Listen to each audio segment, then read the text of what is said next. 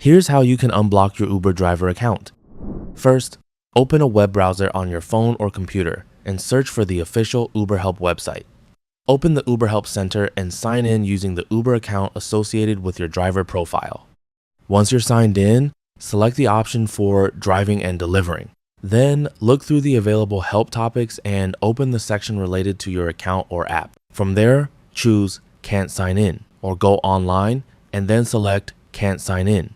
If you're given a support form, enter your name, the phone number associated with your Uber account, and any other requested information.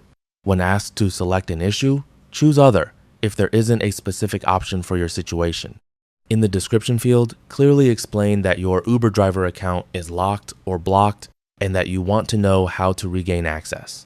Submit the support request and monitor your Uber Help Center messages or the contact method connected to your account.